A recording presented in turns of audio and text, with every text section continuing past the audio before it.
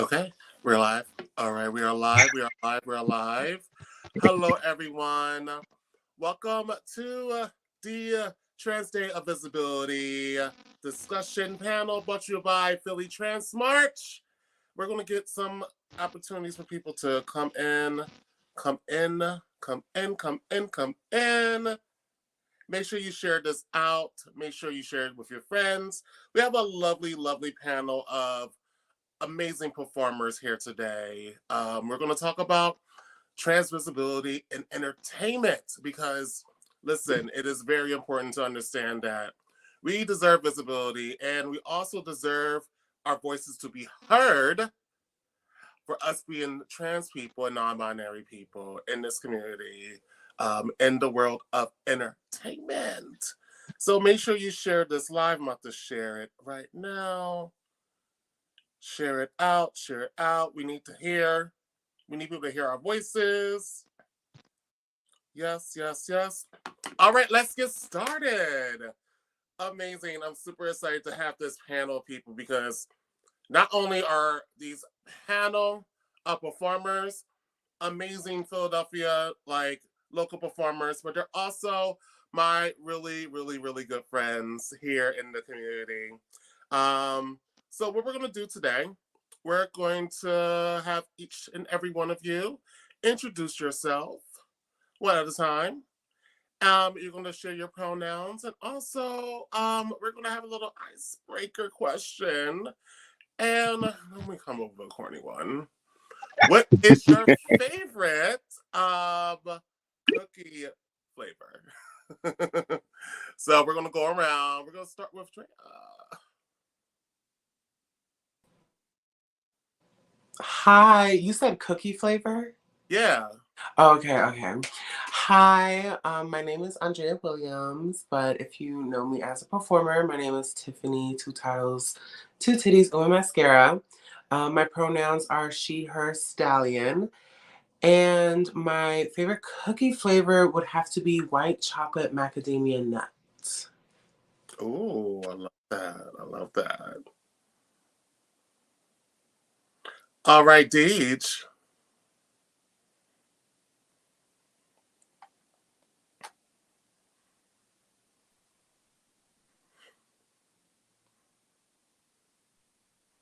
There we go. Can you hear me? There we go. Yes, Hey. we can hear you. Hey, everybody. My name is Deej Nuts. My pronouns are they, them. And my favorite cookie, I'm kind of basic, like anything with chocolate and peanut butter, and I'll be happy. But chocolate, either chocolate peanut butter chip or like those double chocolate chunk ones, just throw chocolate and peanut butter in it, and I love it. Amazing. Amazing. And all right, we have Alona.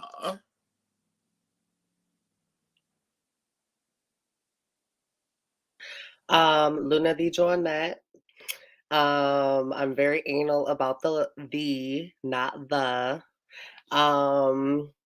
And I use she and they pronouns. And my favorite cookie flavor.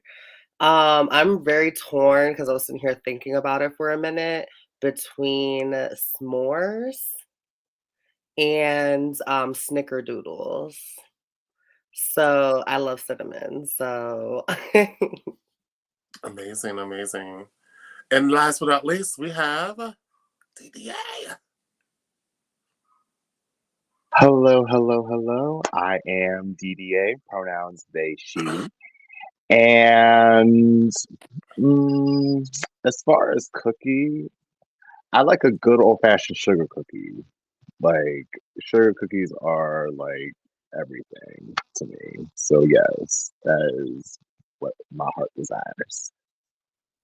Amazing. Give it up for these panel of performers, y'all, because we have been working super, super hard this whole year. So for today, this is going to be a different format. It's not going to be a usual structured panel. We're just going to kiki and cackle, and you're going to get to know us a lot more, and hopefully at the end of this, y'all can understand what we go through as trans entertainers, and also you get to know a little bit deeper about how you can support us better and how you can make sure that we are more visible, and not only in the Philadelphia community but beyond that. All right, so we're going to start out with this first question, and this first question is, what made you start performing? And we're going to start out with Drea. Okay. So when I started performing, I actually did not even start doing drag. I was very anal about just lip syncing and not calling it drag at all. But then it kind of grew. I think drag came to me at like a really integral part of my life where I kind of was figuring out who I was. And Tiffany kind of was embodying that. And I think Tiffany led me to Drea a little bit, and like Tiffany was my transition, I feel like. So being like Tiffany really helped me realize like, okay, I like the doll attention. I would love this 24/7. And then yeah, like everything just kind of fell into place. So I think what made me start performing was really just trying to find myself, in a sense, and then realizing how much power I have while performing. Really got into like aura projections and things like that. And really being able to perform and make someone else feel something just by that, I feel like is very powerful in that. And yeah, I love making people smile or cry. Those are my two favorite things. And I can absolutely confirm that Miss Drea over here loves to make people cry. In case y'all don't already know, Drea, aka Tiffany Woman Mascara, is the seasonal winner of Snatcherella 3000, which is a local nightlife competition here in Philadelphia that I judge and co-produce. And let me tell you, her finale number had me sobbing. So if you want a good, healthy cry, go make sure you go see her. All right. All right. Up next, same question for you, Deej. Okay. So I've wanted to perform since I was a child. I'd never got many opportunities to, and then I was bullied a lot as well. So like that just kind of like shrunk up. And you know how a lot of people like really dread going at like turning 30. I didn't like the fact that I'm still alive, like to me is like a miracle and a blessing. And it's like, if I'm going into this new decade, I don't want to do it with that sense of dread. So I made a list of things that I want to do in that 30th year. I did not accomplish everything, but one of the things on that list was to do my first burlesque act. I actually started performing in burlesque, and I don't know how my brain made this connection, but it might have just been like the overlap of people who go to burlesque shows and drag shows. But for some reason, I thought, oh, well, a lot of burlesque performers end up being drag performers, or at least I see them in similar spaces. I don't know anything about performance life, so I was like, yeah, so let's do that too, because we're just doing everything because we're turning 30, and I just wanted to like I had so much fun in my first burlesque act. I wanted to see what the drag world was like, and it it's a lot. They're both very freeing, but like I often don't think that I'm okay. I'm gonna say it. I often don't think I'm very talented, and like I'm guessing because I don't have any like formal training in anything, dance, theater, any of the performance things, music. I will admit, imposter syndrome is very strong in my mind, but the feeling that I get when I perform, I'm just like, no, I want to keep doing this. I will do what I need to or try my best to learn as much as I can, apply it to what I'm doing, and then like do an act, and then like try not to be so mean on myself after the act, see what I did wrong, do it again. And so like I just keep having opportunities to like fine tune my persona and like go back out there. And so I just keep doing it. And as a non-binary performer, I just absolutely love fucking up the. Are we allowed to curse in this one? I don't want to get us flagged or anything. I um, mean, um, like I love just fucking up gender norms and like just bending that box until it's no longer recognizable as a box. So like both burlesque and drag have given me a lot of opportunities to just kind of muddy those waters, and hopefully they just never it just never recovers, and we just all are some sort of like I don't want to say gray, but like colorful blend of sexuality and gender. that's beautiful. That's beautiful. And let me tell you, Deej is super talented. Amazing drag king performer. Yet they have a show at Taboo to prove it. If you want to go, every first Saturday now, right? First Friday now. First Friday, every first Friday. This Friday coming up at Taboo called Hot Stuff. And let me tell you, there's some hot stuff up in there. So make sure you go see Deej. Show their wonderful talents. A lot of people can definitely relate because, like, a lot of performers definitely, they don't. A lot of really famous performers don't start until they're in their 30s or even 40s, and they have become one of the biggest entertainers that we know. So it's never too late, especially for us folks. Never ever too late. All right, we're gonna move right on to Luna the Jonette. Um, Same question. so yeah, so I started performing. I was a teenager, I was a theater kid, I was in high school. And I did so somebody had to play the girl parts. And I felt like drag was an opportunity to explore my femininity safely. It wasn't okay for me to express femininity outside of a performance space, like being a teenager. Um, and so I felt like, drag was essentially like, the space that I was able to explore my femininity. Hazel, which is the name that I go by every day, was actually my first drag name. And, you know, I realized like actually like the drag persona that I was interpreting was actually me out of, out of, my gig. Um and yeah, so I started performing in theater, started exploring gender in theater, and that really learned more about myself. The more I was performing, the more I learned about myself. That's amazing, amazing, and beautiful, beautiful.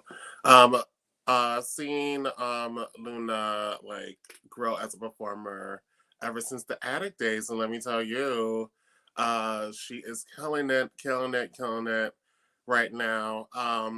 She has a show also at Taboo every second Saturday called Luna's Nightcap.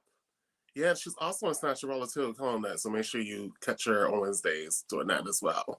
Speaking of Snatcherella, we have our season 2 winner of Snatcherella 3000. See, there's a theme here. um, we have the wonderful, wonderful DDA. Same question for you. Yes. So I actually started performing when I was very young. I started performing when I was 5 years old. And I started performing when I was 5 years old with singing. Singing has always been, and music has always been a part of my family. There's a very big tradition in our family. So it was only natural for it to be passed down to me as a musician and stuff like that. So as I got older, I I love singing, but I felt like something was missing with my art with music. So I wanted to explore more of the more art projects and more artsy stuff with my performance talents. So Snatcherella came around and I was like, I'm gonna do this and I'm gonna try to step out of my comfort zone because this is the first time I ever really tried to do anything that was going to challenge me outside of music. And I wanted to see what I was capable of doing. And boy, let me tell you, I did not know what I was capable of until I got onto that stage and into that competition. It it was almost like an awakening for me. It opened up my mind to the possibilities of what I can do with my talents and to be able to explore myself in the ways that never thought I could explore myself with my talents. It was just a beautiful transition for me. So much that like I just can't even thank the competition enough for the opportunity to even be able to have this here in Philadelphia. So it really was a big transition for me from music and then entering this competition to broadening my whole horizon of performance uh, uh, capabilities. It's very beautiful. It was a very beautiful experience for me.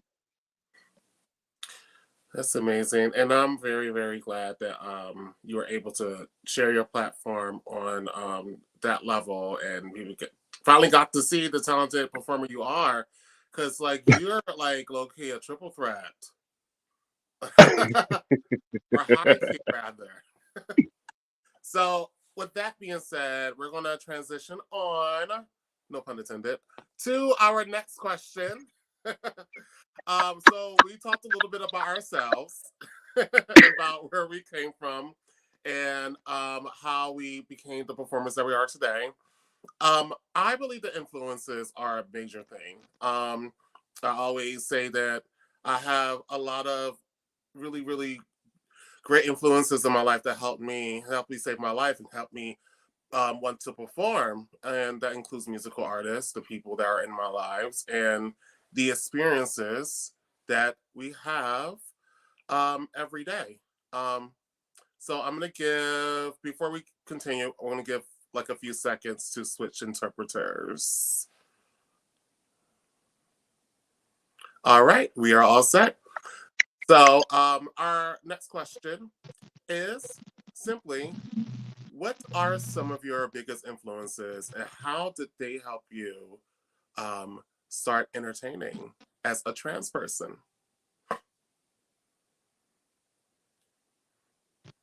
Yeah, we're gonna start with you. We're gonna go around again. Okay. Yeah, so right now, my biggest influence, of course, is Megan Thee Stallion. Megan Thee Stallion actually did come at like a perfect time for my drag. It was in a weird, really time. It was in digital drag time. And even before that, but like for me, like being a like really tall trans woman, it was really hard to see myself in like womanhood and femininity being tall, because it was always related that like height, being tall was always related to being like very masculine, very manly. So I was always looking for like tall, just really tall stallion women.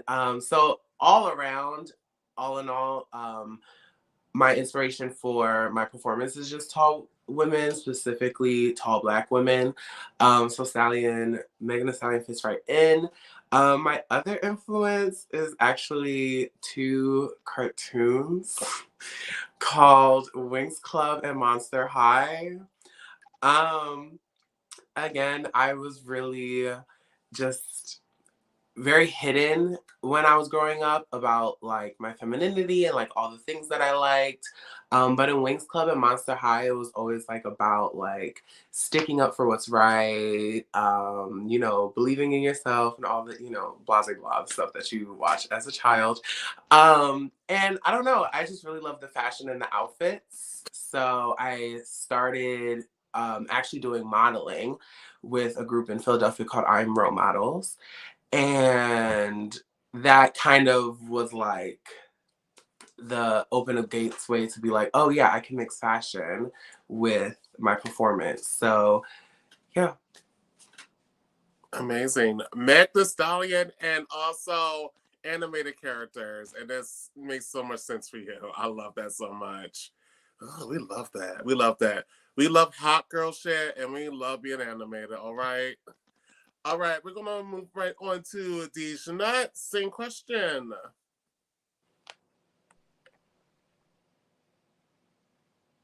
You're muted. There we go. Okay.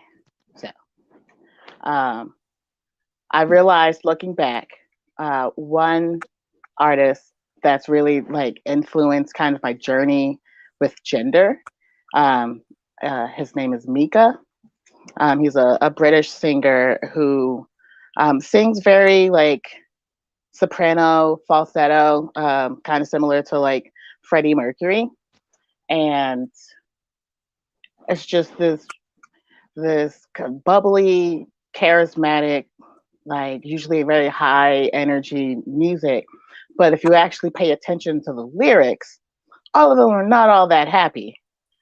Um, but I actually discovered him when I started college in 2006, and I feel like I was very kind of sheltered growing up. So like I was exposed to a lot of like new things, new music once I left my parents' house. Um, Also, any person born with a vagina and a suit, um, like for example, Janet Jackson. Um, that video and Pleasure Principle is one of the reasons why I knew I wasn't straight. Um, but Janelle Monae has like her music has just like moved me to like want to express more of like who I am and just my story, because like I know that there's other like black, queer and or trans adults or children like in Philly and elsewhere, and it's like, hey, it is okay for you to like be out and loud and yourself, like so like as long as I'm still here, I want to keep doing that. So like the music, a lot of the music that I listen to tends to impact my performance life, but I want to say like Mika was like a really big part of that. And at some point, there's going to be a like Mika medley number coming this year. I just don't know when yet. That's amazing. And also, like, I love that, like, Janet in a pair of jeans and a t-shirt made you realize that you were not straight. We love it. We love the queer spectrum over here. That's a beautiful, beautiful answer. We're gonna go right along to Luna Dijonette. Influences for my name, and I also wanted to talk about like my type of performance influence. So Luna anime, Sailor Moon is my favorite anime. So when I saw Luna, I was like, oh my gosh, this is well, they were a goddess that was reincarnated to Earth as a cat, to try and like show like these tribe of girls like their potential and like their magic and what they can do and like supporting and saving like the dimensions and the earth and stuff. So I was like, you know what, this character really resonates with me. And as like a bruja, I was like anything magical, right? All magic stems from the moon. And also like Megan the Stallion, just like my sister Tiffany, that's how my name Luna the Jornette came about. And I'm a Philly Jorn, so I don't hear nobody saying Jornette. So I'm like, you know what, I'm the Jornette. And an artist that really influenced my type of performance is Lizzo. Like having Lizzo, the representation that Lizzo has for the fat Black femme community is like undeniable.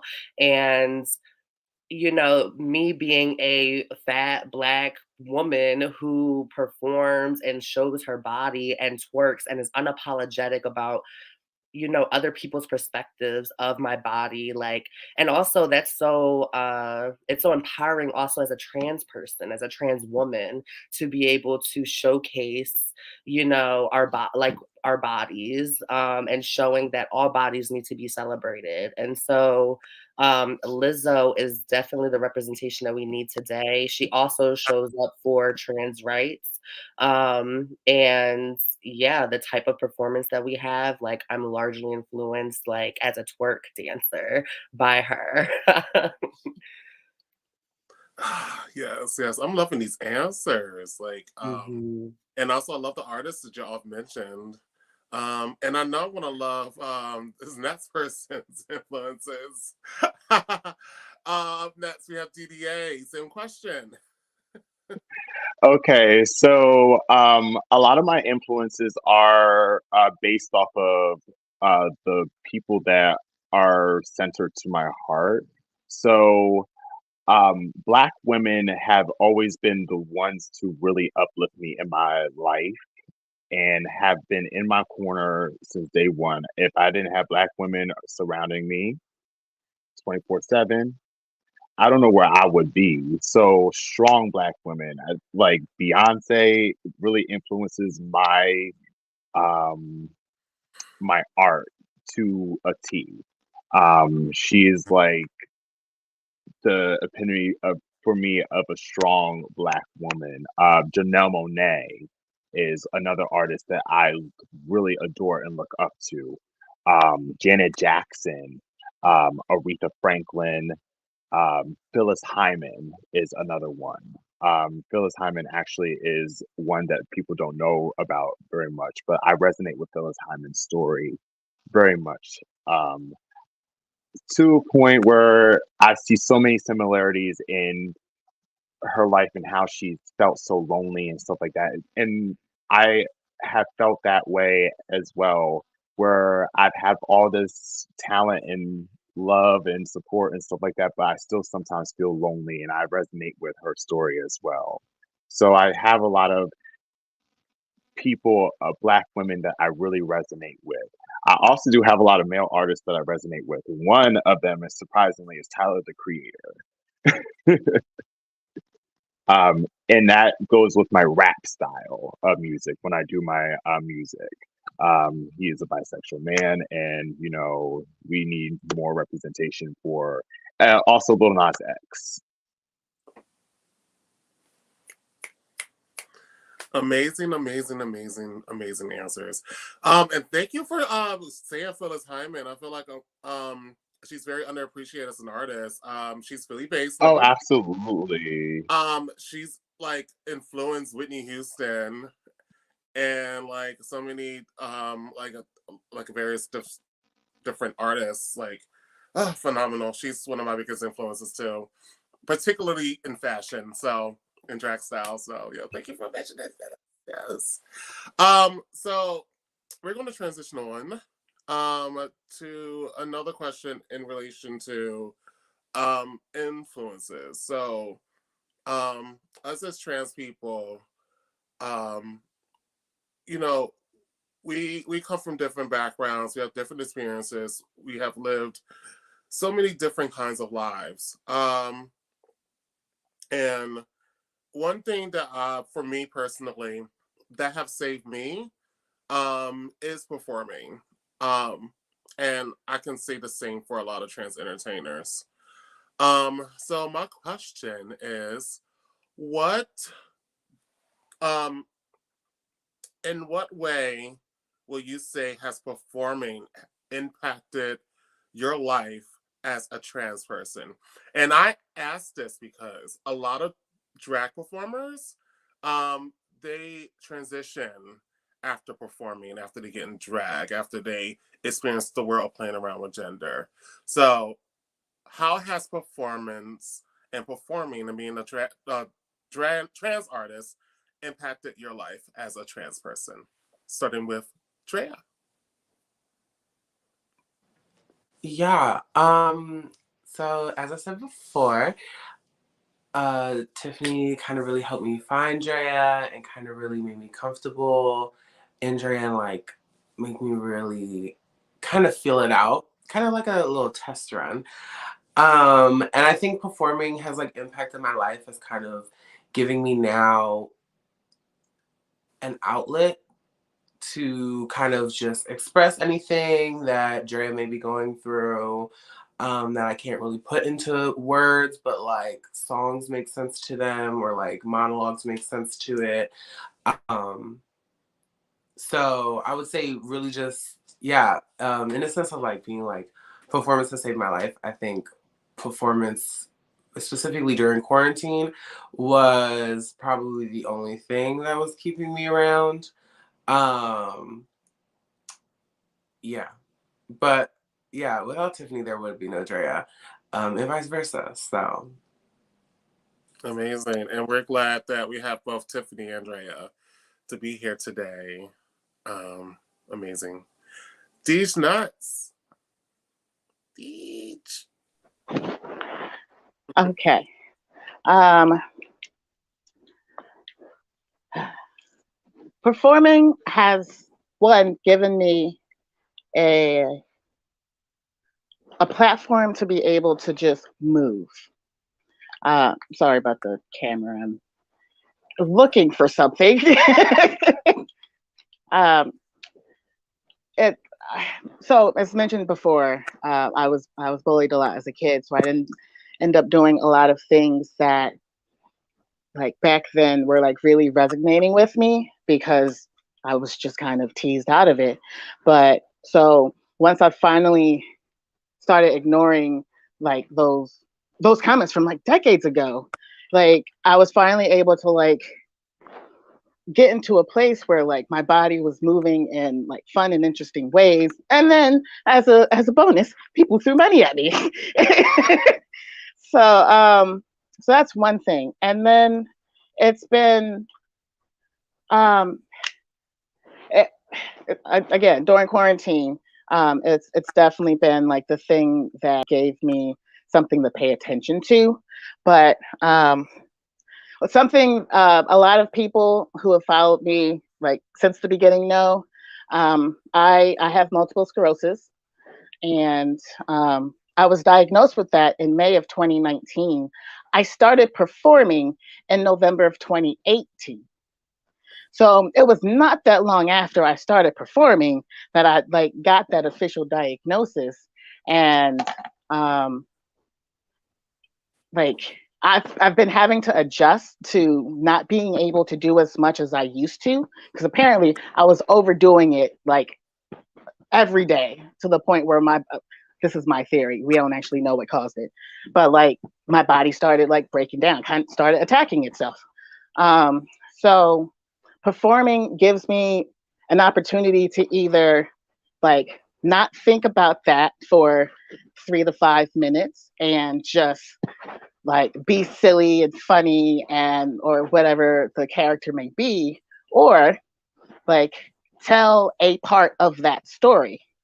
um i've I've done a couple of drag numbers with about like my handling of MS, um and in all of those numbers there's a brief moment where I just scream, like yell at the top of my lungs, because there are very few spaces that us as Black people have to express anger and rage.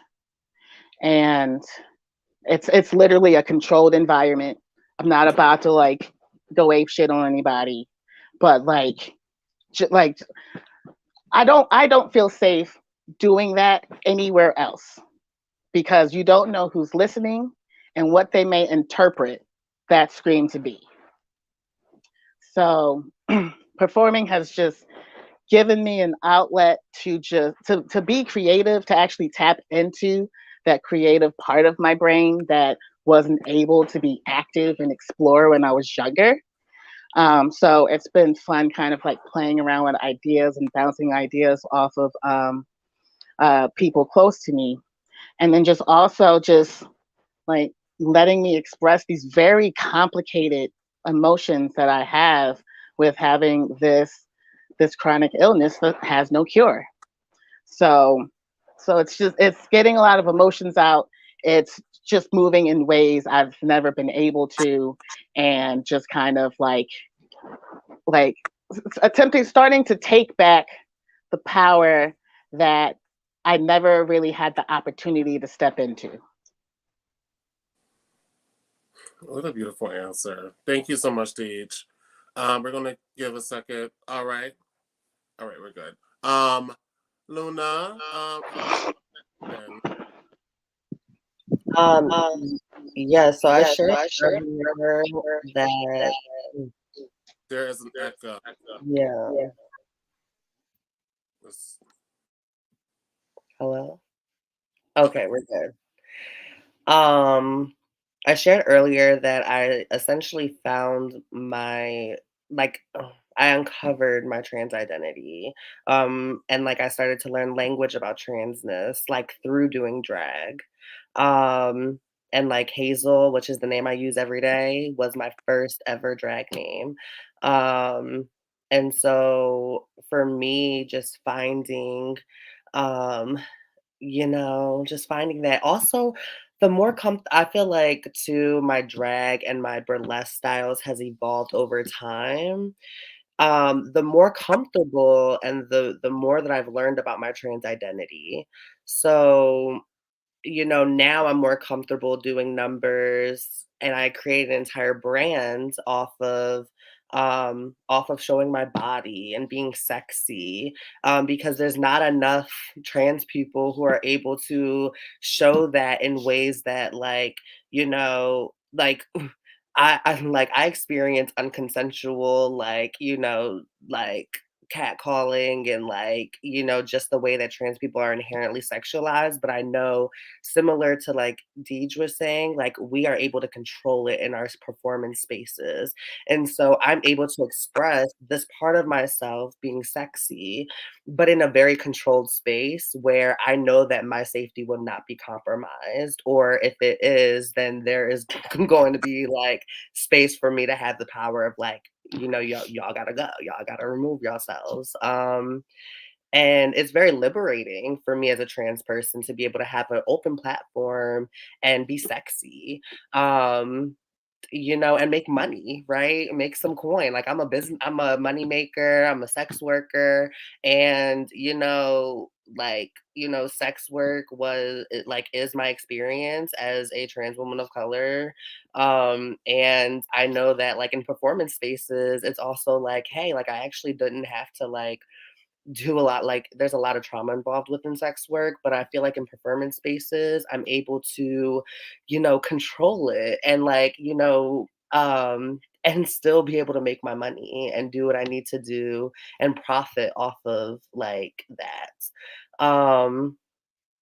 Yeah, like performing is just so liberating for me because like yeah, performing is liberation. Like I found myself in those spaces, and I'm able to control to some capacity the environment where I'm able to be safe and sexy as a trans woman. um yeah. Fantastic. All right. We're gonna go and finish this question off with DDA. Whew, this one really kind of hits home to me right now personally. because performance really has definitely saved my life in so many ways. Like, it's the only time, really, sometimes where I feel like I could be 100% human, not feel judged. And sometimes in this world, we go through a lot. And in those moments where we are on stage and it's just us and that music, and we're performing and we're just out there just being lost in our performance space, it is very, very, very, very comforting sometimes just to have that space. You know, it is a big blessing to be able to have the opportunities to have a safe space like this, because sometimes we aren't allowed to express our emotions the way that we want to. Sometimes we're not allowed to speak out the way that we want to speak out. Want to. Sometimes we can't say what we want to say in public like we want to, but we can put it, sure as hell, put it on a performance in our performances, and people are going to pay us for those things. To listen to us, to listen to what we have to say in those moments. It is a very, very humbling and a very, very, very rewarding experience to be able to do that. And I, I I'm just thankful to be able to have the opportunities to do it. And we're very thankful that you're here to show us your art. And we're thankful to you. And we're all also thankful to everybody on this panel for existing and just being here to just bless us all with your art, because it's a gift. And it's a gift that, like, we're just blessed. We're just blessed to have y'all. And we're blessed to have you, DDA. We really are. Don't you forget that. Um, I think that this is a good time for us to take we're going to take a 10-minute break. So make sure y'all go out, get some water, refresh, stretch, do whatever you need to. And we'll be back in 10 minutes for the Philly Trans March, Trans Day of Visibility panel, everyone. We'll be back in just a few short moments, okay?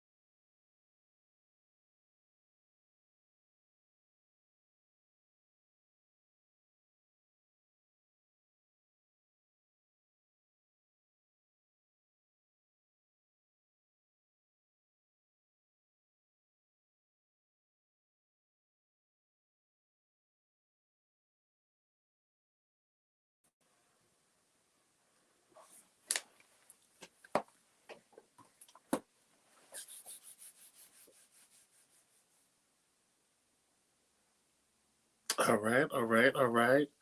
We are returning. We are returning. We are returning. Okay, okay, okay.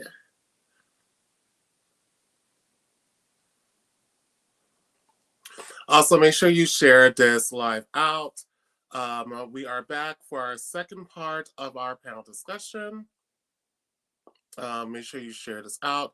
And also, this panel will be available afterwards on the Philly Trans March page on Facebook and also on YouTube for people to see at their own leisure. All right, we're going to wait for one more person to return.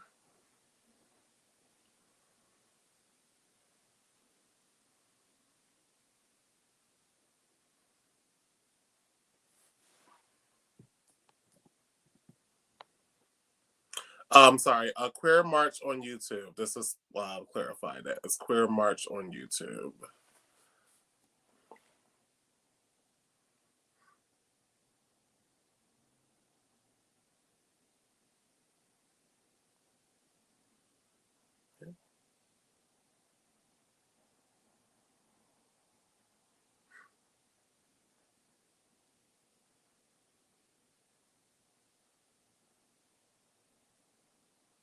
All right, until Drea returns.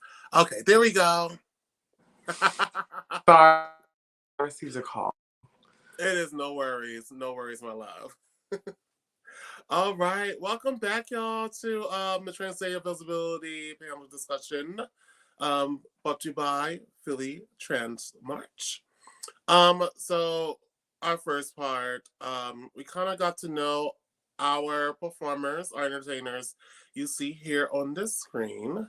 So for the second part, we're going to dig a little bit deeper and we're going to get a little bit more personal. So for our panelists, if you do not feel comfortable answering any of the questions that I'm going to present you, you can feel free to just say, I cannot do it right now.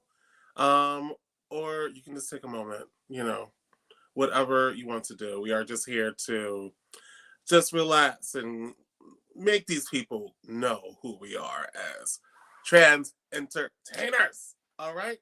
So that being said, I know from my personal experience, performing in Philly as a gender variant person has not always been as easy, especially in this community, especially with drag, especially with burlesque. And for me, it took a very long time for people to recognize us and respect us as performers and entertainers. So this is a question for everyone here on the panel. What kind of roadblocks did you go through as a trans entertainer in this community? And how did you overcome that? So we're going to start out with Deej. I don't know how the order changed, but It just happened. So I'm not even sure if these roadblocks are related to me being trans or Black or disabled or queer or some combination of all of that. Born with a vagina, the list could go on. But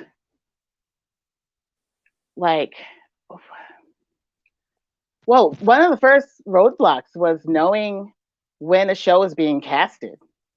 Like when those casting calls went out, where they were being posted, and just not knowing where the opportunities were to get more gigs.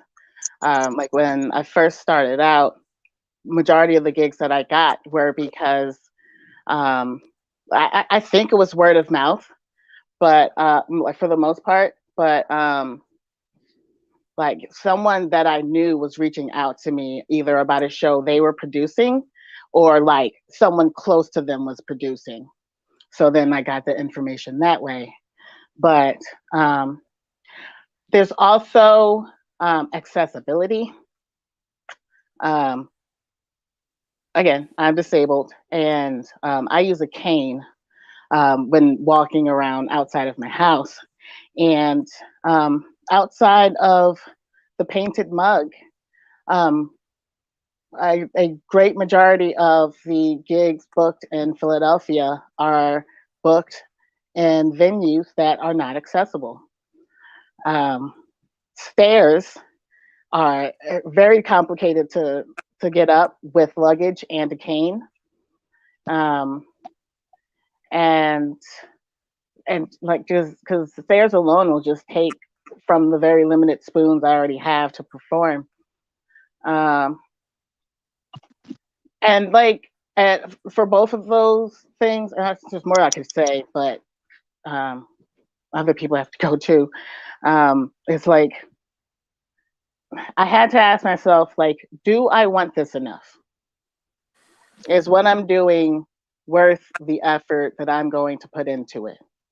Because it takes 3, 4 times more energy to make acts now.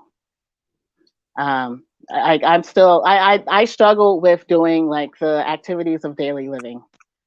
Um, and so whatever spoons I'm able to conserve to do the things that I want to do is I try to do that as often as I can. So like I have to push through because one, I'm able to get some of these feelings out. And apparently I have fans, and sometimes they'll come up to me after shows, and there are a lot of people who also need mobility aids that say that they really appreciate seeing me on stage and like using my cane and just doing the damn thing. And like sometimes it's like your brain will just tell you, no, you ain't shit, and everything you do is worthless, and yada yada. Like those that inner critical voice. That's just the meanest, cruelest. Can come up with the worst things that just pushes your buttons. Like being able to push past that and just get up there and do it anyway. Like let some of that go. Um, I'm still hoping that one day we get to a point where either more assistance is available for performers with disabilities, or we get more accessible venues. But it's just pushing through and remembering that I want to be the good I want to see in the world. Did I say that right? My brain's getting fuzzy, but No, I just I'm doing it for me, but then I realize that there's so many people that are watching me as well, and I inspire people, and that's something that's still weird to say out loud, but I know that is a thing, and I'm sitting with it. yeah, Deej, just to let you know, you just existing and being present and performing, you inspire so many people, more than you ever know.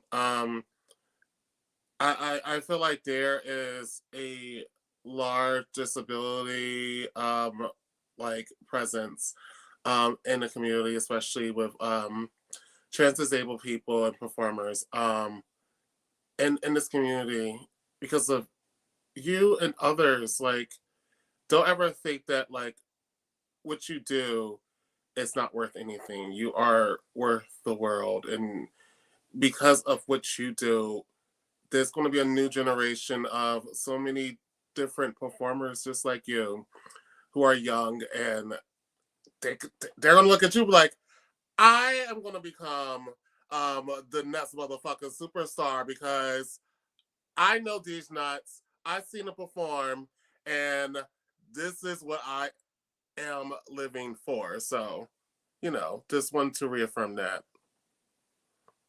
Yeah. Um, Luna, same question. Well, I have a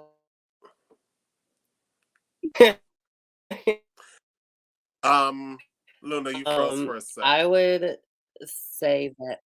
Hmm? You froze for a second. Can you start over?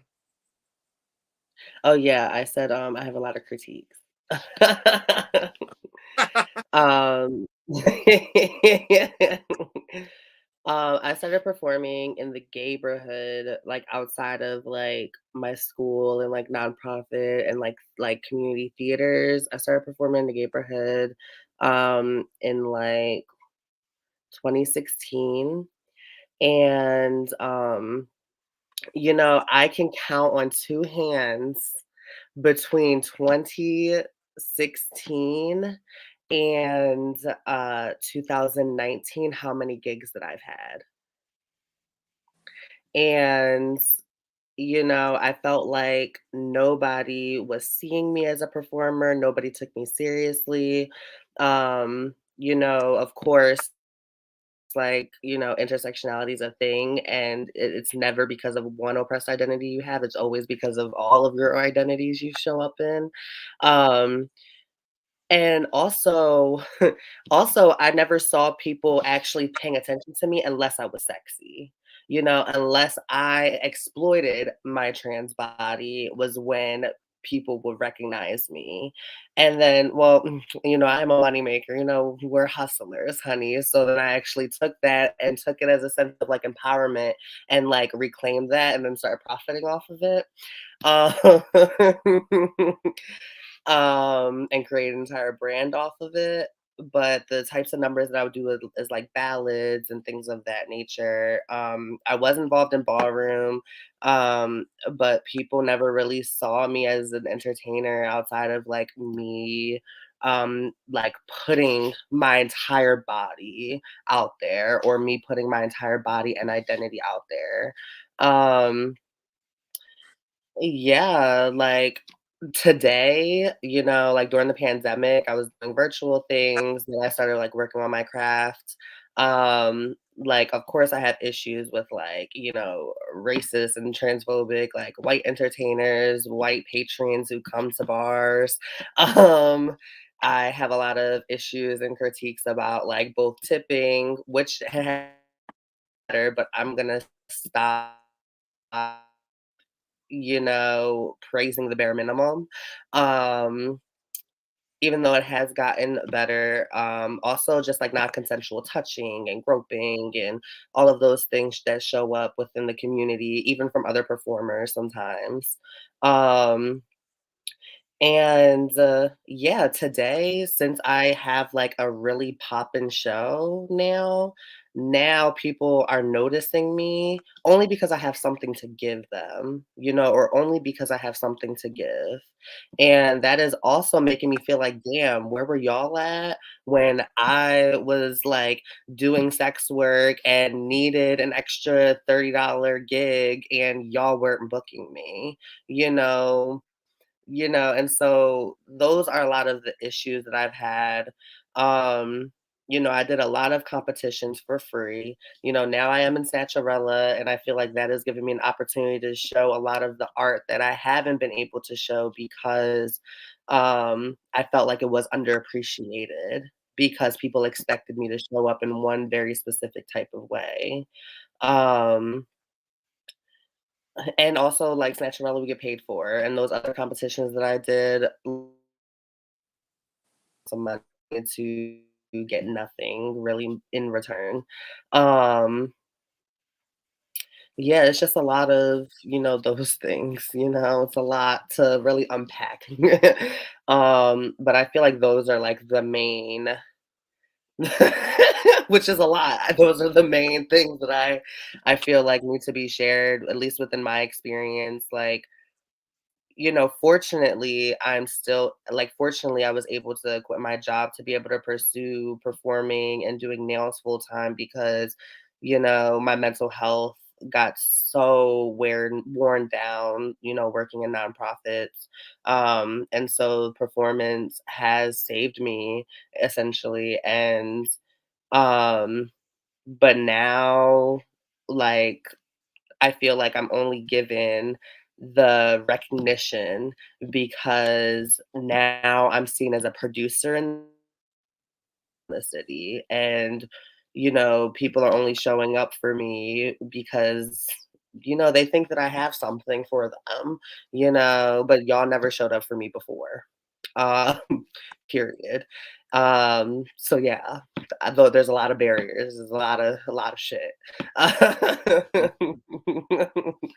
Mm-hmm. And this is a recurring theme. It's like, just don't show up one time. Don't show up 2 times. Always show up. Always show up. Because, like, we're just sick of people just not showing up at all.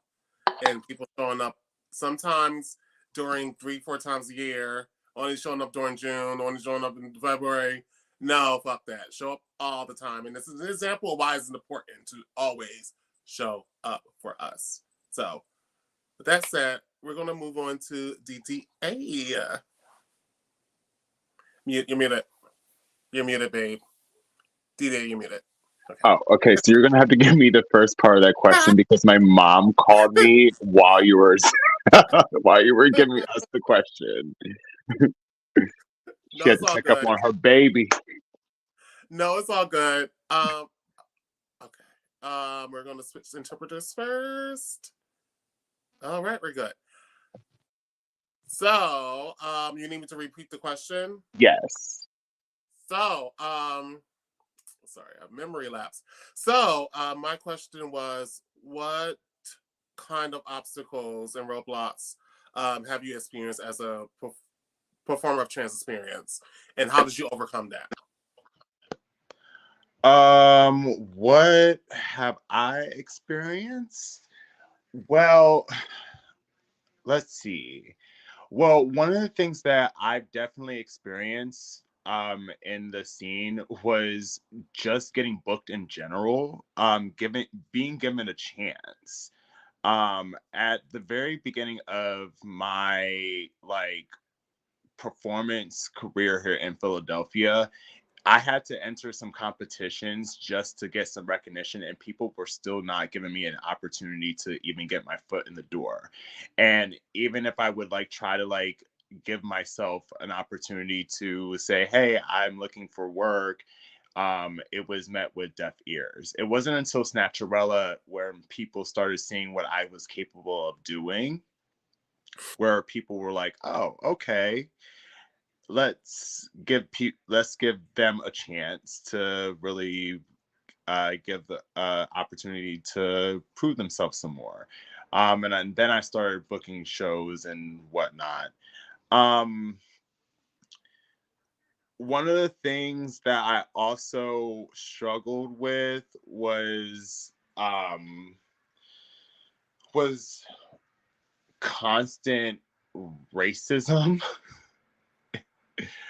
um at the very beginning of my career, I was in a relationship where I would go behind scenes with this person that would help with producing a show. I won't name the show. And I would hear very, very blatant racist things that were said behind the scenes. And it would really turn me off about the scene and the nature. So a lot of racism that occurred, that I witnessed and stuff like that really just transphobic stuff. There's just a lot of those things that occur in the scene, and I've experienced myself. So I won't go into too much detail, but there is a lot that goes on like that. Yeah, and I'm glad that you have overcome it by winning a nightlife competition and showing the world what you have. Yes, yes, yes, yes. And from one winner to another, because we all have stories. All right, let's give it up for Drea. Hi. Yeah, so I've been performing for about 5 years. But if you ask my haters, I've only been performing for 2. Anyway, so yeah, I've been performing for about 5 years. However, I was underage for 4 of them. And a lot of my biggest barrier was being underage. And then when you put on the intersectionality of also being fat, black, and trans, I was having a very, very rough time. Um, I my biggest obstacles were always going to be being underage and being also fat. It's very easy for, the skinnier girls to go to Amazon really quickly, Buffalo Exchange, if you will, um, H&M, all those good things, and find you a nice, cute little bodysuit, turn out some little, how did you get here, and call it a day. Where for me, a lot of it had to be from stores that were predominantly matronly, in my eyes. But like everyone knows how like fat girl clothing stores are. Like they're not what it is. Like they're not what's this? They're not Eternity Fashion. So it's like for me, I didn't get respected because I was the youngest of all and because I was also the biggest of all the cast. So I never really had the nicest things. All my drag was hand-me-downs. A lot of my drag is still hand-me-downs. And that just never got me anywhere. Like it was just always like, like real just pity, like because I was being annoying, my mom was being annoying, like, I was just very persistent because again, I'm a petty bitch. Like if you don't want me there, I'm gonna be there even more because now you're mad. Anyway, so quarantine happened. The age thing kind of lifted because you can't put an age restriction on the internet, really. So I just started really honing that in, just to kind of build a little fan base. Got paired up with Diva Baby to produce a show called Sad Girl Season. And that is kind of what took off the like being respected thing altogether. But predominantly because again, like no one could see my size because all my videos were usually from shoulder up. Um, so it was a little easier to like fake a cute outfit because instead of, having a full head to toe, really all I needed to do was find some tulle, wrap it around my shoulders, and wada bing, bada boom, you think it's a gown. Um, so that kind of took like the money aspect and like the fashion aspect.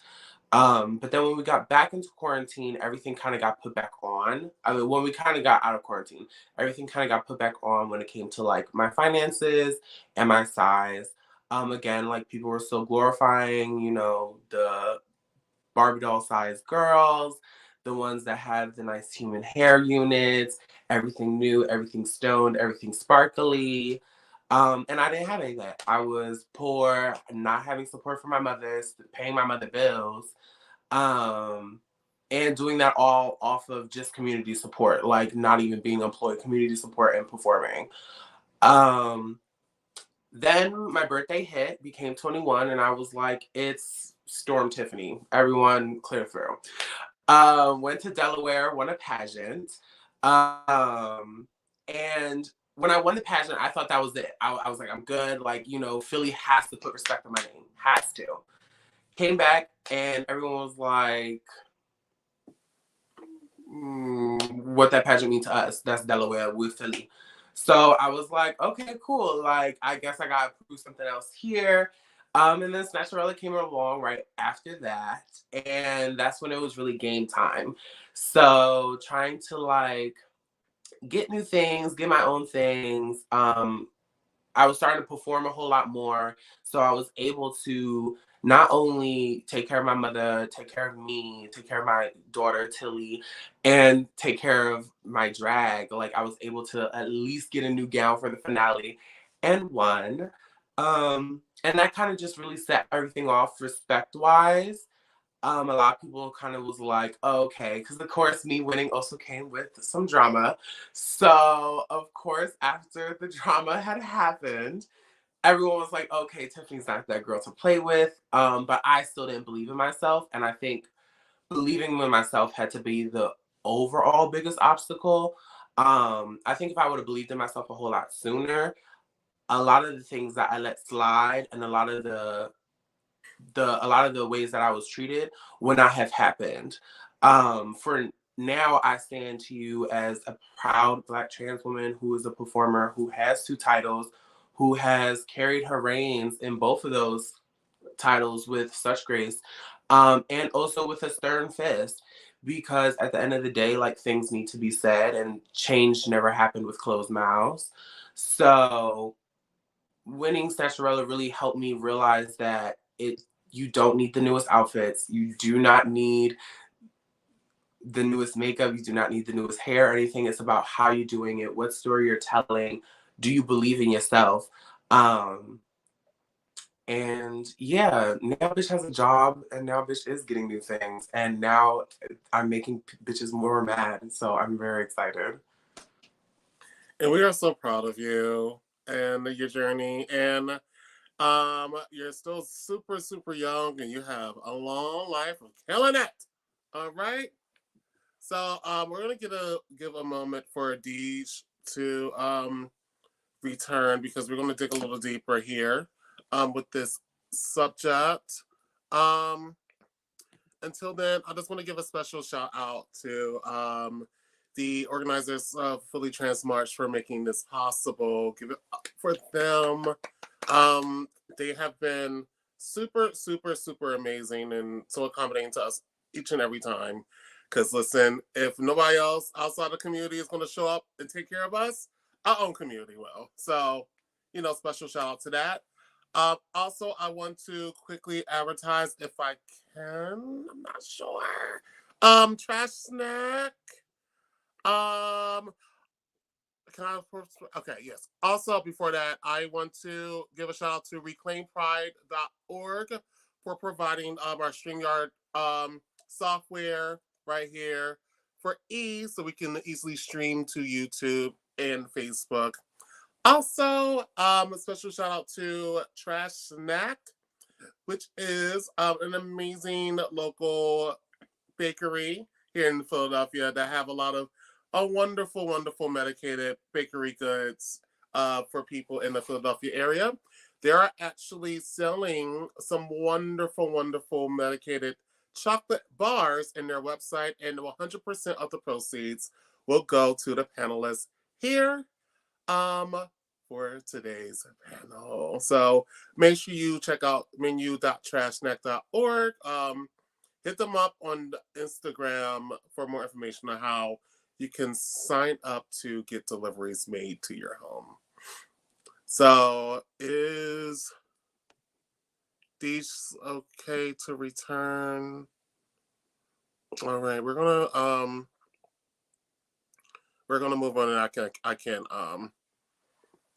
keep them updated on our next question. So before we talked about our obstacles and roadblocks and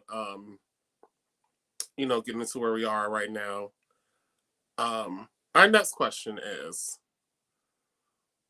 what are your list of demands? Because I feel like this is the time where we can continue to demand visibility and also respect in our community. If you had to write down a list of demands to all of the producers, venues, this is a safe space, producers, venues, hosts, and beyond in Philadelphia, to make sure that we are not only visible, but also we are treated fairly, but also we are treated with respect. What are your list of demands for the producers, owners, and everyone here in Philly? So we're going to start out. Y'all crack it up. Yes, so we're getting there. We're gonna start out with Luna. So listen, we need to be compensated more because I literally just paid $400 for a gown.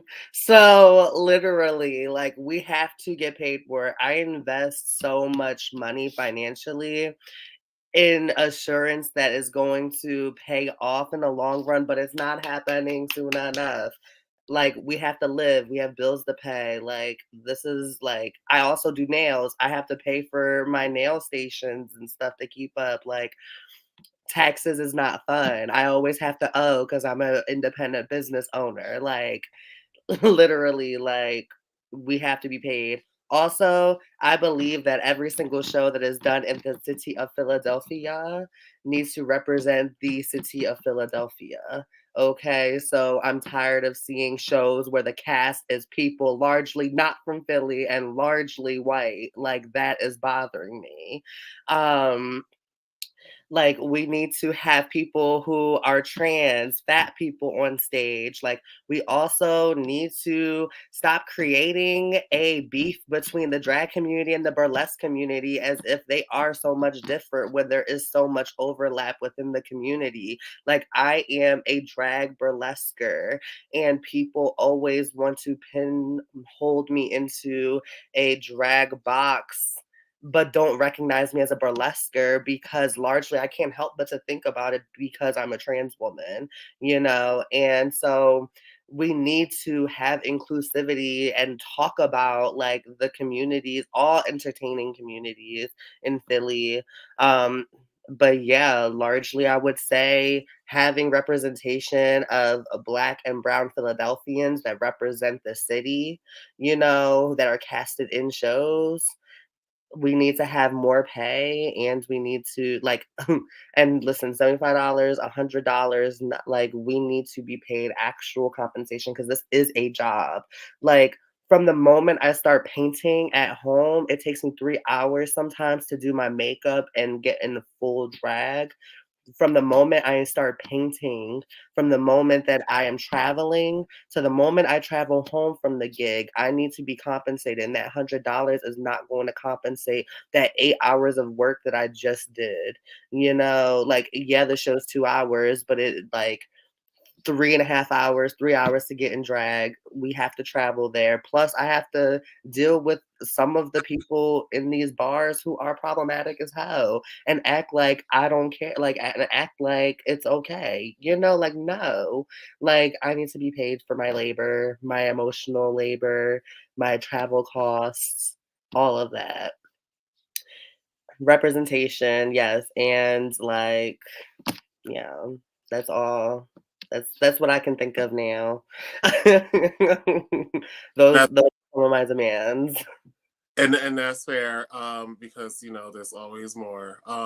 Also Ubers. Ubers and Lyfts, we don't talk about that enough.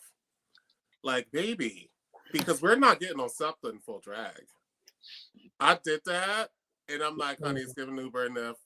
And with that fuel surcharge, baby, consider that.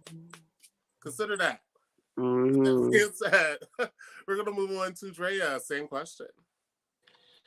Yeah, so piggybacking off of Luna, I agree. And also, I would also say, personally, for me, just period, all the Caucasians to the back.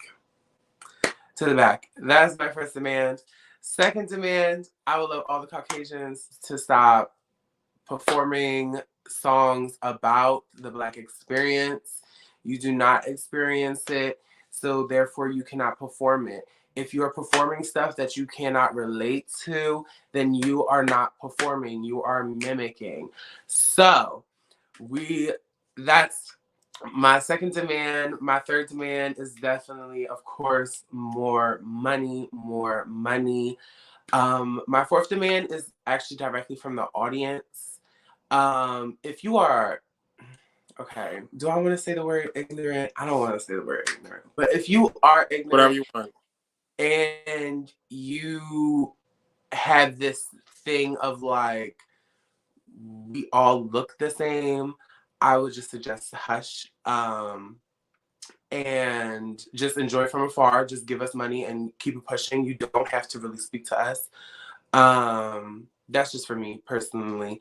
And my fifth demand is to the producers is to hold your cast accountable. Your cast is a direct representation of you as well, whether you see it or not. And the way your show can go is also dependent on your cast and how they act and behave. So really holding each other accountable is very important in this scene. And then my sixth demand, sorry, I have a lot. I even have more than that, but I'm just gonna keep it at six. But my sixth demand is to also bring directly to the front all my darker skin siblings because they still are not represented enough.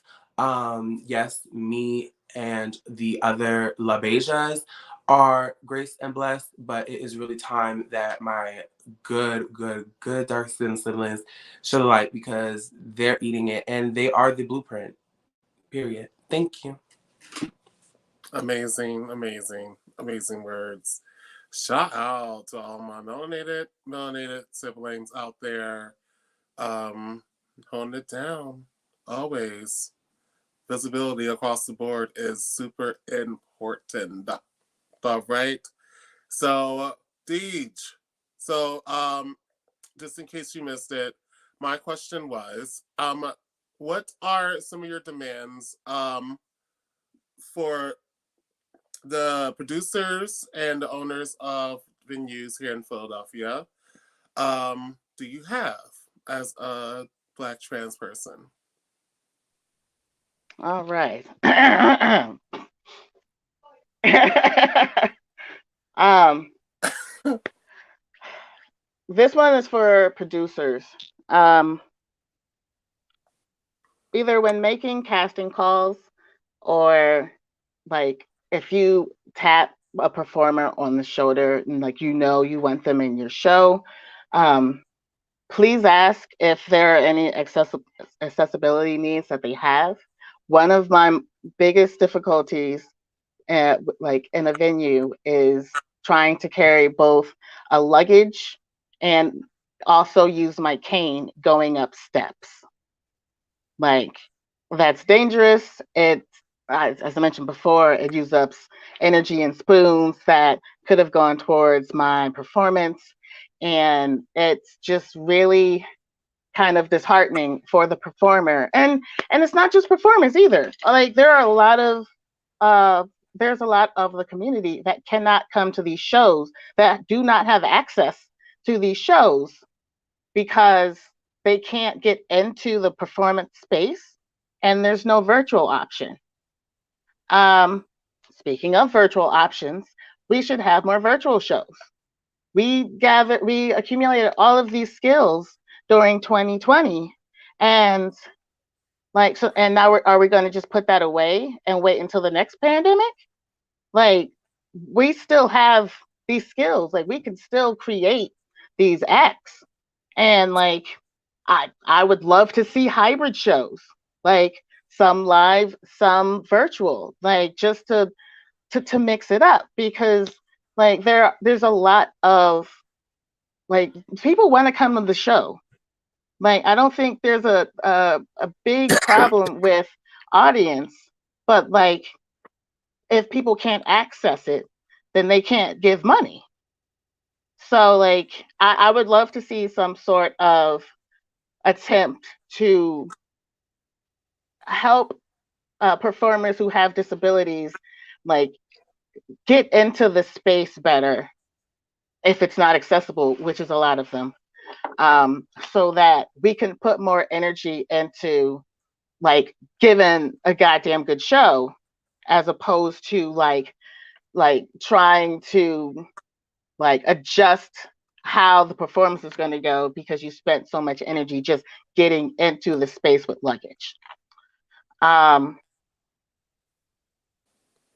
Of course, more money. Like $75 for a 2-act show ain't doing nobody nothing.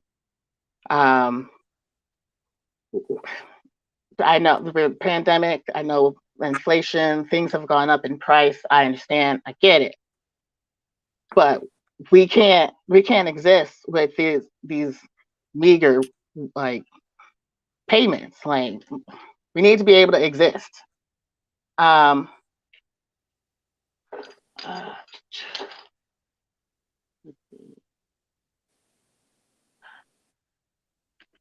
I I understand why drag queens are dominant in Philadelphia. I would like there to be more integration between the two because it feels like there's a divide. It feels like there are two completely separate communities and like I, having gotten into performing as and then also like the history of those performance styles, like a lot of my knowledge is new, but like I want us to have to be a drag family and not okay, here are the drag queens and here are the drag kings. um like I will say out loud, I do not know all of the drag queens in Philadelphia. I can't get to all the shows. I can't see all the shows. I can only go to one show a night usually. Like, I'm gonna be honest, but like, I also just don't get to like be in those shows because they tend to be drag queen only. And like, I don't know. I just want there to be more of a like just a community of Philly drag performers and not just separated because like, I don't know what I'm trying to say, but like I don't know. I want us to be more united. Um, all right, and the last thing I'll say: hire more drag kings, and ideally more than one in a show. Um, I can't count. I've lost track of how many times I've been the token drag king in a show. Like there are more of us. Um, I know some of them might not be as visible as others, but we are here, and we will do fun things in front of people for money as well. Um, and that's all I got for right now. Amazing. Thank you, Deej, for saying all that. Definitely hire more kings. Hire more kings. It's a shame that like before last year, there's never been a drag king show in the neighborhood that was monthly. Like what? So we all gotta do a better job with that.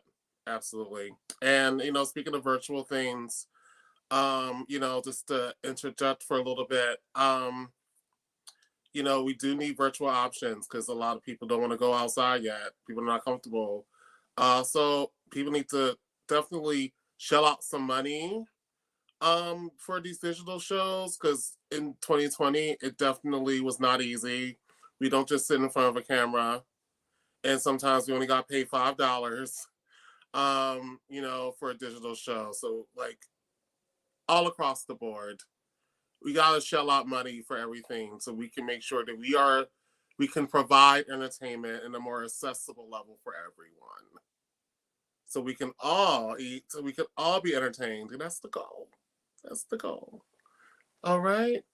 So with that, we're gonna move right on to DDA. All right. So definitely agree with more pay us more for our labor. Um it takes a lot of work and a lot of time and a lot of effort to get us together, to get us to the venue, to perform, deal with the people in the venue, and all that good stuff, pay us for our labor. I also agree with Tiffany. If you do not approve white queens doing Black music, also make sure they don't do the dance moves either. They can't do it either.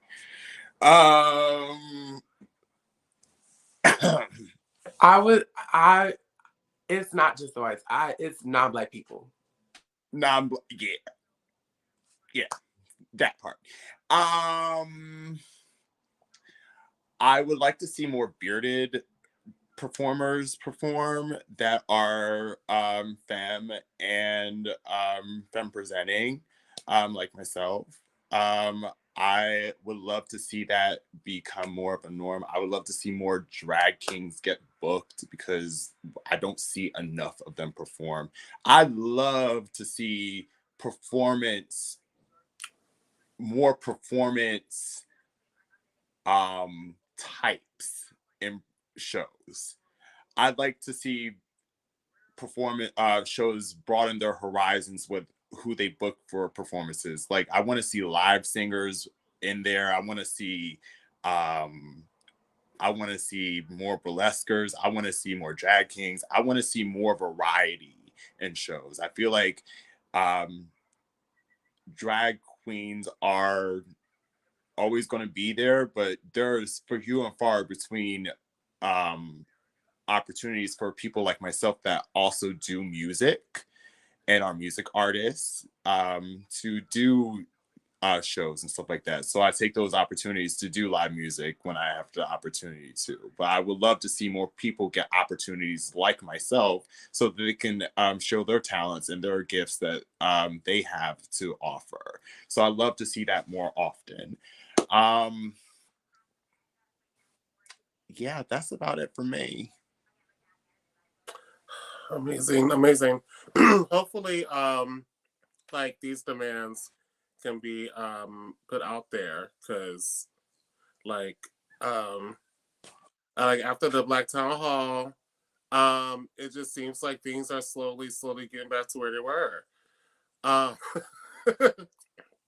And the work is never, ever completed. Like people think that, there's going to be one big old event rather of us coming together and us, demanding things. And then it happens for, a week or a year and people think, oh, it's done. The world has changed for good. No, there's always going to be work that needs to be done. And I'm very thankful for the panelists to share what they need. So, with that being said, I have this last question for the panel. We're going to dig just a little bit deeper.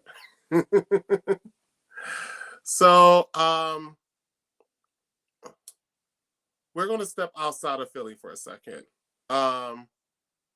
And we're going to get into more national things in relation to TV, things in relation to more mainstream media, especially LGBTQ mainstream media. What does better visibility for trans, non-binary, and gender variant people look like for you in comparison to what you have seen as of yet? Let's start out with Luna.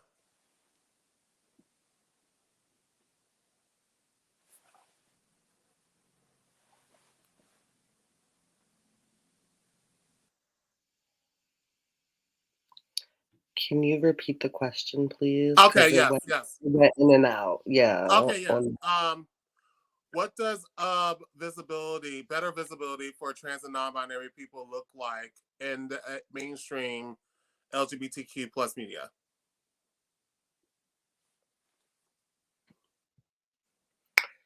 So, should I go first? And and this is based on what you've seen as of yet. Just want to put that out there. Yes. I feel like they need to like stop having that one token or two token trans people on the show and be like, oh, look, we got this. No, I feel like it should be similarly to how I think similarly to what we had shared about what we need to see in Philly shows needs to also be seen nationally. Representation of all identities, all abilities.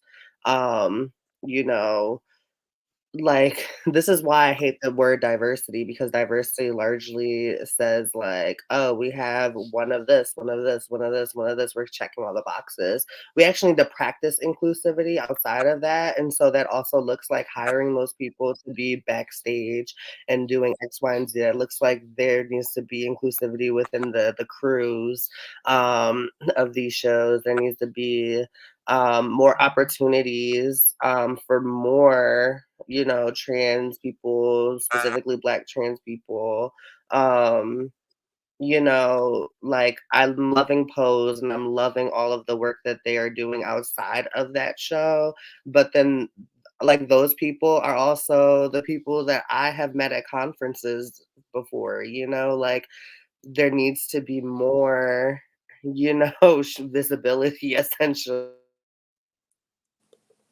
at least personally, like recognize for me can also like compromise safety to some capacities, but I do recognize that it's important to have more national conversations with people who like represent the identity and like taking like passability and respectability politics out of that. Like we need to and all of our different facets, of expressions.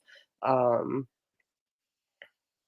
yeah, that's all I can think of right now. Amazing. Tiffany. Yeah, so for me, I think one, I would love for more plus size trans bodies on scene. I think I see a lot of very similar body type when we are casting these trans roles that aren't really, as Luna said, like very inclusive or diverse about the trans community. And if they are present in a show or movie or even social media, they are more of the comedic relief or they're more of the one liner, seal the deal kind of thing, and not really significant to the plot and or story. And I think that needs to change. Also, stop killing us off in these social medias and stop. I would love to also see one of my dolls just not go through trauma or like just not that much trauma. Like, just in a sense of like, you give so much like diversity to just the cis people that you cast in these shows, like they can go through anything and everything, and also they can go through so less, right? So why not? And like these are the people that we grew up looking and being like, okay, I want to do this, I want to do that. Because and like this is how we get our dreams is because like, we see people who have struggled less and we want to be like them. So I think moving forward with more mainstream media coming around to trans identities, I think it's time to start putting some trans people who aren't going through as much, and being like, it's not always going to be as rough as it is, and even if it gets rougher after it gets a little bit good, like you still have it. And then Oh, yes. I would love to see a little bit more trans representation as well in dating. We do not always transition and start immediately, living the straight cis heteronormative life.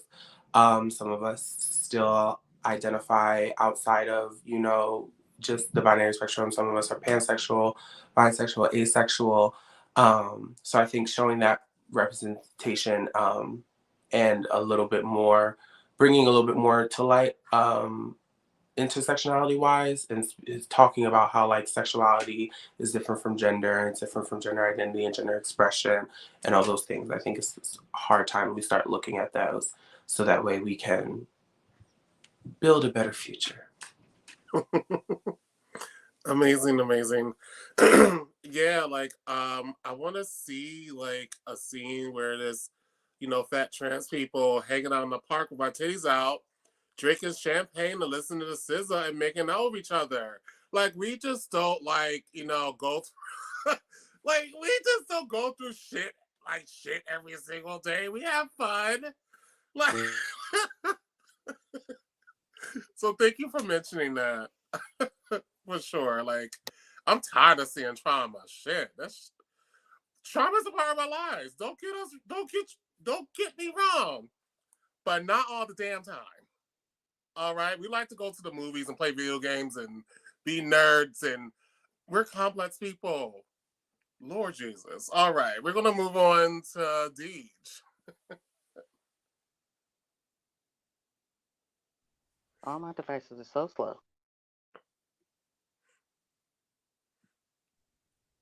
Yeah. Yeah. Okay.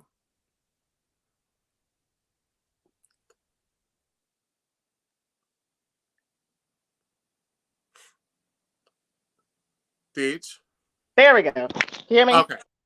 Yes. I swear, each device I have is so slow. Anyway, We're making it work.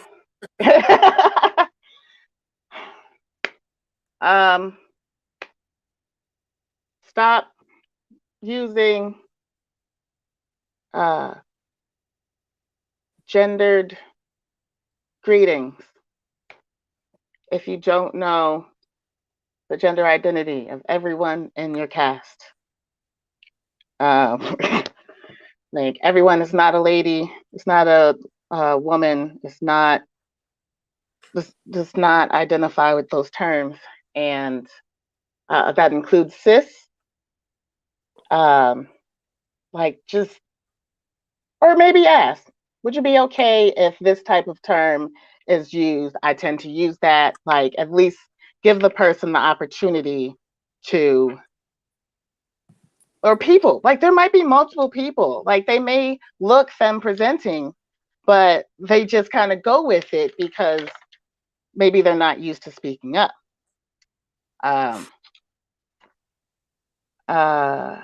Hire more out of town guests. If the pay is right, like we will find a way to get down there or over there, or pay for it yourself. Like bring us to you because we bring our talent and our time. I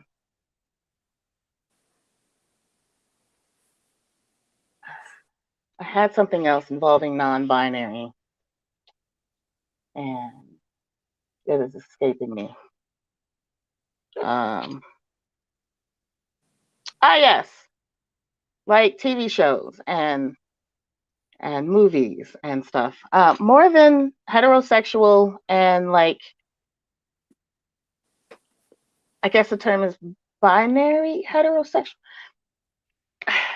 There's more than just like, I'm going to use this term because it's most widely understood, WLW or MLM. Like there are non-binary people in the world. There are asexual people in the world.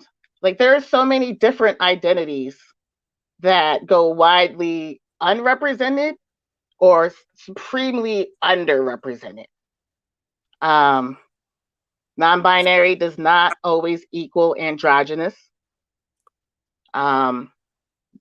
There are femme and masculine and healthy blends of those out there in the world. Like you can't look at someone and think and know what their identity is. And that is not, and I'm not talking to everybody, but it's like that is not your decision to say otherwise. I cannot stress how often you are a woman. No, the fuck I'm not. If I already told you what I am, you do not get to negate that. Um, pronouns. Ask for people's pronouns. Like it's so simple. Just ask. Ask each and every person. Like people's pronouns can and do change. Ask for people's pronouns. Every show. Even if it's someone you booked in the show last month. Ask for people's pronouns. It's respectful and it gets you into the habit of asking that question up front as opposed to being corrected after you've already announced the person on stage and used the wrong pronoun. And now you have to be corrected. So that's also all I have for right now. Tune into Deej Nuts Burly Drag on Instagram for more fun facts. Absolutely. And we're going to get everyone's information on social because, you know, this will not be the end of what you will hear from us. Trust and believe. So we're gonna finish everything with DDA. Hey baby.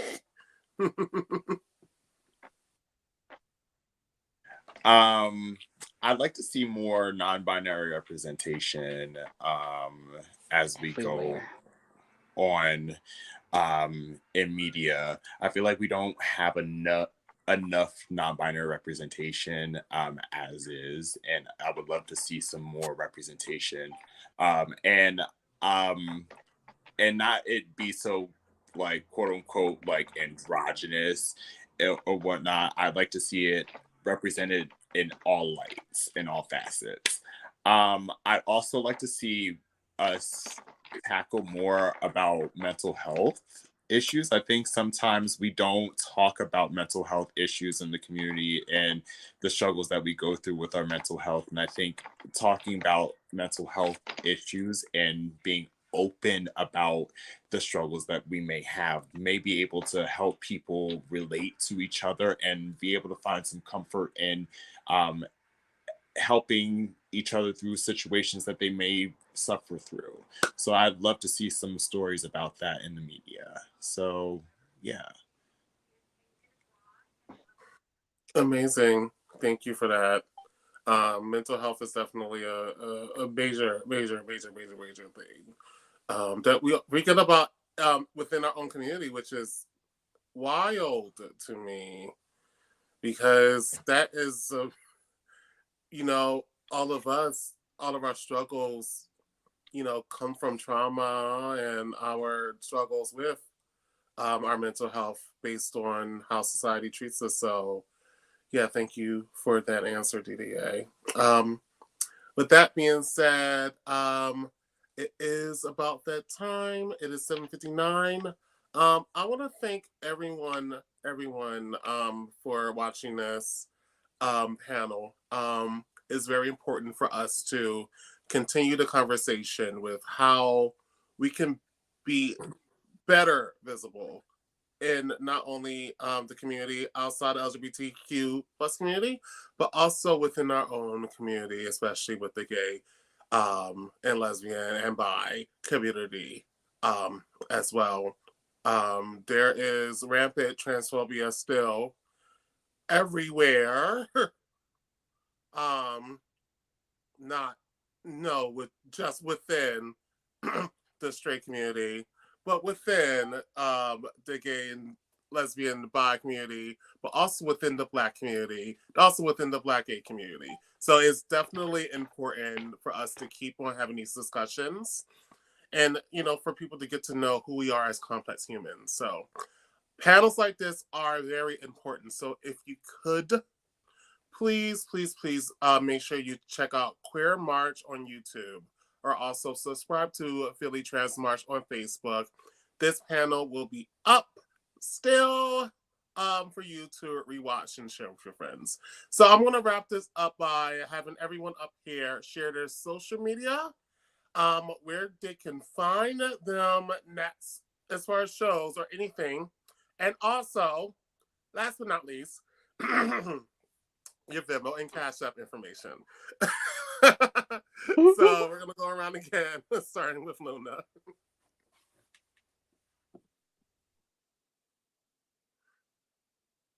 on Facebook under Hazel Edwards. It will be changing soon to reflect my performing name. My Instagram is the Joanette. It is spelled right here. My Twitter is also the Joanette, which is spelled right there as well. Yeah, I mostly use Instagram, and I'm starting to get into my Twitter era. So, because I'm a hoe. So, if you are interested in those things, there might be some additional things coming out on Twitter. But if you're not, then Instagram is fine to get in contact with me also. And my Venmo is Hazel Edwards 18. Again, that is Hazel Edwards 18. My oh yes, thank you for putting it in the group. Okay.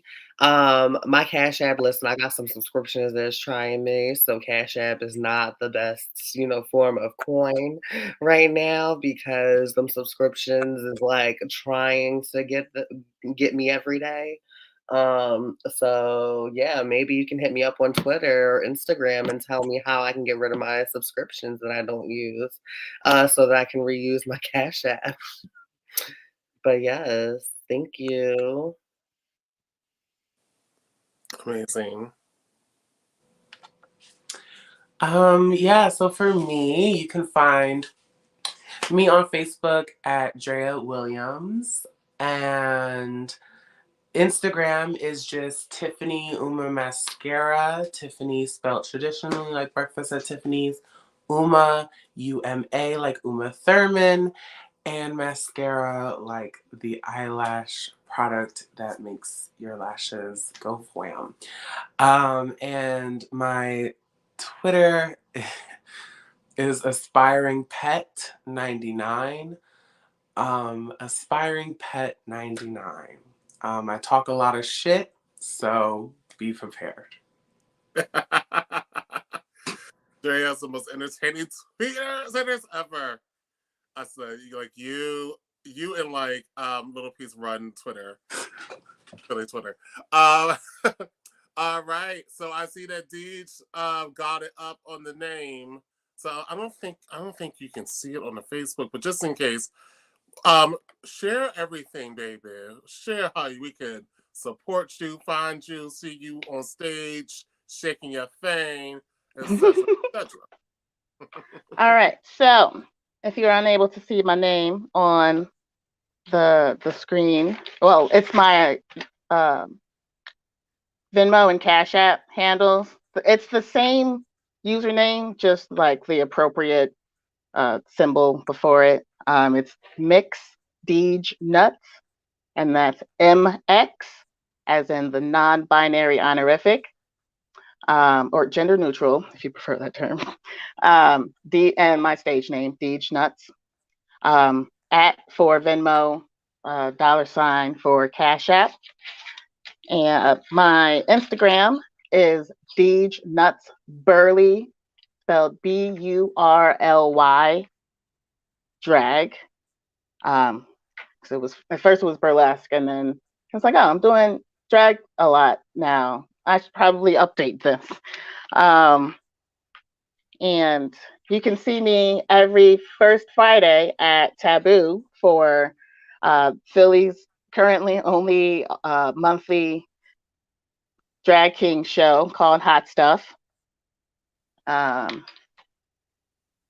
Here's a picture of me, a scar from last month. We'll say that. We'll say last month, because I'm losing track of time these days. And I am in a weekly burlesque competition that, for some reason, is also every Wednesday night. Doris at 8, show at 9, like the exact same time as Snatcherella. I have feelings about that, but I didn't produce it, so I yeah. So So if you're not going to be at Snatcherella, head over to Taboo second floor for Philadelphia Burlesque Battle Royale. And stay tuned. Me and Avery Goodname have some fun shenanigans planned for the spring.